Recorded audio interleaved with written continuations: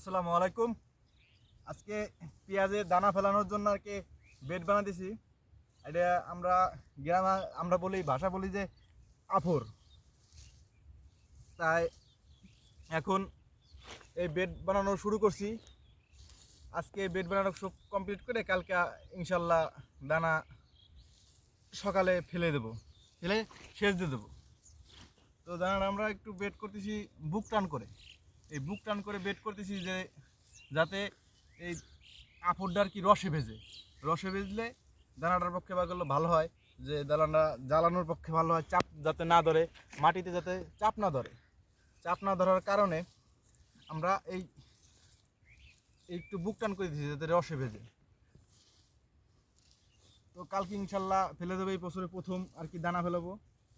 এই এখানে 10 শতাংশ বই আর কি জমি 2 কেজি দানা ফেলাবো। তাই এটা প্রথমবার সেচ দেবো, পরের বার আর কি সিটে দেবো, সিটে পানিতে জ্বালানো পানিটা আর কি সিটে দেবো।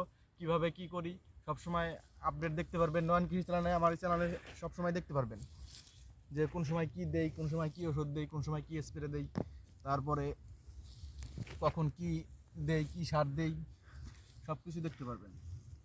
তো ইনশাল্লাহ আজকে এই কাজ, এই যে জমি, এই এই জমি আর কি এখন আমরা এই যে রেডি করে আজকে নাংলে টান দেবো। নাংলে টান দিয়ে যাতে একটু গাড়া হয়, নাংলে টান দিয়ে আর কি আমরা এটা আর কি রেখে দেবো আজকের মতো।